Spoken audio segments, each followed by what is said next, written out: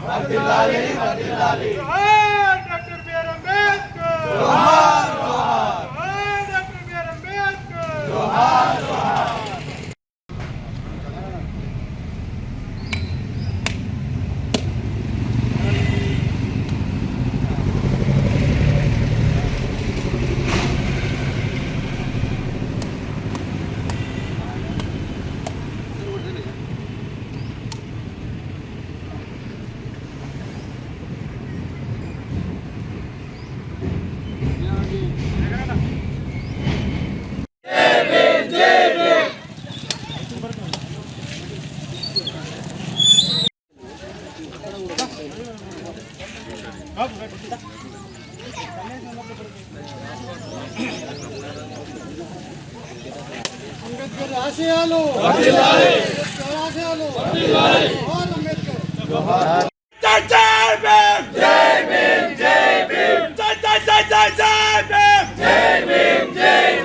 ప్రపంచ మేధావి కేంద్ర మొట్టమొదటి న్యాయశాఖ మంత్రి వారిలో భారత రాజ్యాంగ నిర్మాత డాక్టర్ బాబాసాహెబ్ అంబేద్కర్. జోహార్ డాక్టర్ బిఆర్ అంబేద్కర్.